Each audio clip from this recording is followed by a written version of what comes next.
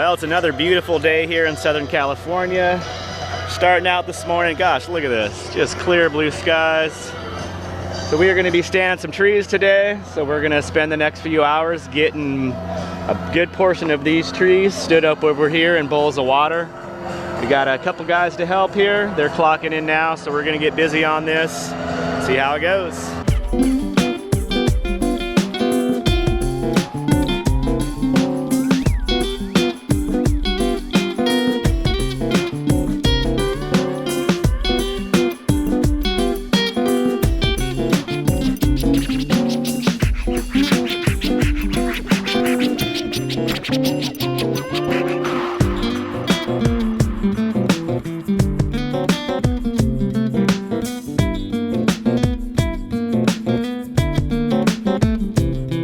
Well guys, I thought I'd give you a little look around my job here.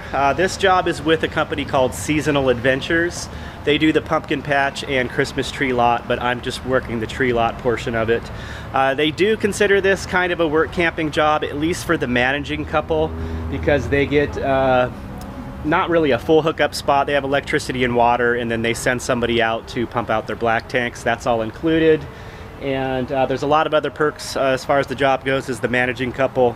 There's a lot of bonuses and stuff involved, but there's a lot of responsibility, and you're pretty much here 24/7, so it's like you're living here for a month.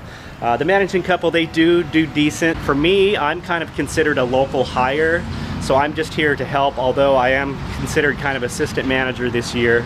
Just helping keep all of our other workers on task, and I'm laying off a little bit of the physical labor part, which is nice.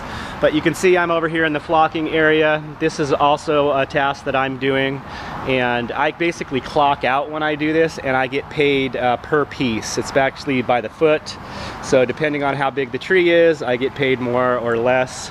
So there's a lot of opportunity to make money here doing the flocking, as well as selling the trees. You get a lot of tips. So the big challenge here obviously is depending on how big the tree is when you sell it. You can look at something like this, this is a noble fir that's 6 to 7 feet. This is about the size that anything bigger than this, they get a little hard to manage. One person can totally handle this no problem, pick it up, do what we need to do.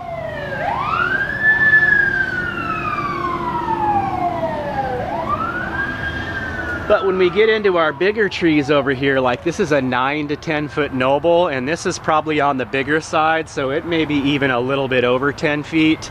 I mean, I can't even reach up and get even close to the top of this tree. So a tree like this, when you sell it, see if we can look at the trunk. That actually has a reasonable sized trunk. Some of our trees are so ridiculously big. Let's go see if we can see some over here. The other part of the job is when the trucks come in with all the trees, we have to unload them, and that's what all these are under the burlap. But, you know, a lot of people say, oh, selling Christmas trees, that can't be too tough. Guys, look at the size of our bigger trees. That is just ridiculous right there. That's not even a Christmas tree at that point.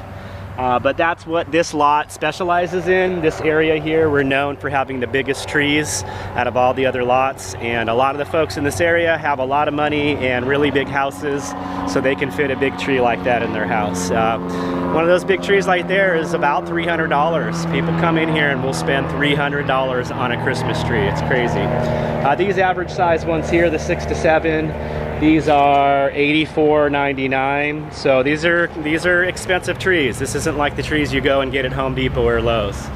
So I'll be doing some flocking, so we'll show you how that works. And I'm going to show you a little bit around camp too. I've kind of got a good little setup going. I set up my shower tent and my hot water heater, so we'll go take a look at that. This is my flocking booth here and my flocking machine. We basically load up these bags of this flock, which is like a cellulose. I believe it's derived from potatoes. So it's supposed to be non-toxic, biodegradable, and I just dump a bag into this big drum here, flip on the switch, and this drum starts turning and blowing out the flock there. So we'll turn that off real quick as to not waste it. But at the same time, it's also blowing out a mist of water. So the mist of the water mixes with the flock powder and helps it adhere to the tree. We put the tree on this tabletop here, which is motorized and spins around, so it spins as I'm applying the flock. It's It's kind of a dirty job. I have a special set of clothes that I wear just for this. Wear a dust mask, of course. So yeah, I enjoy it. I feel like it's kind of artistic in a way, and I can just focus on it and get in the groove and knock all these out.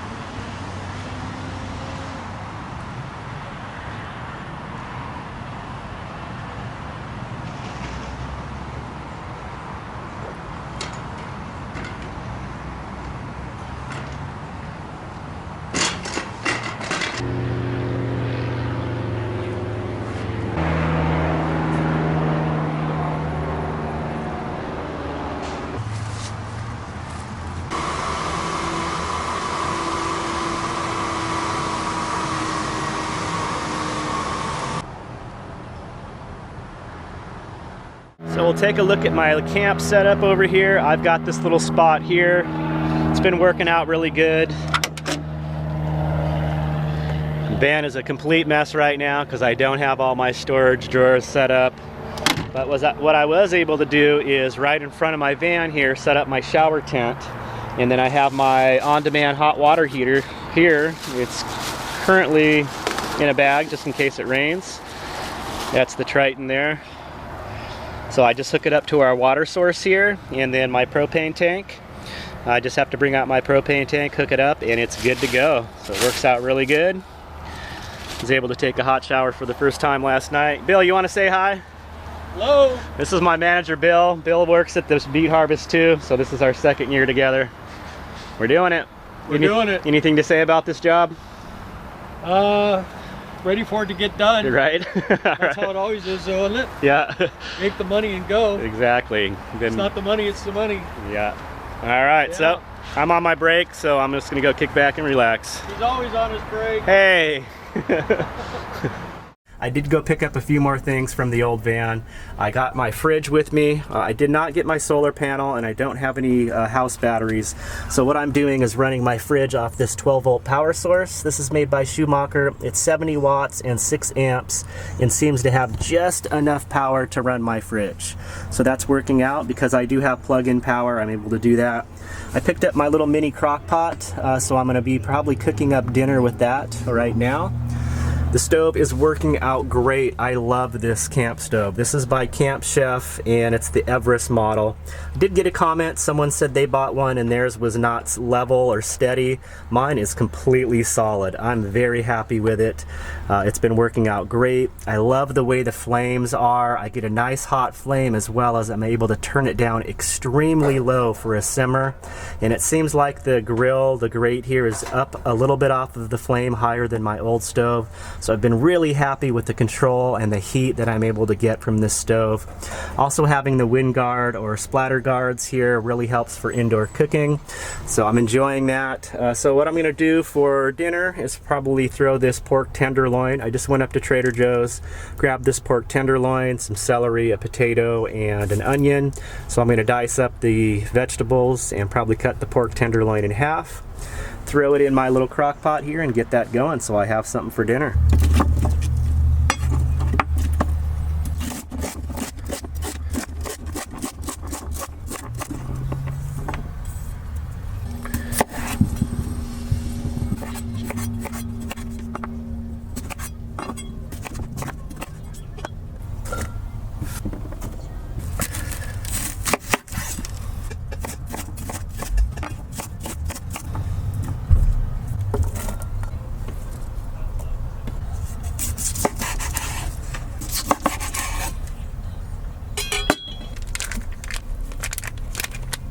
Okay, I kind of rearranged the ingredients a little bit to layer the meat in there with the vegetables.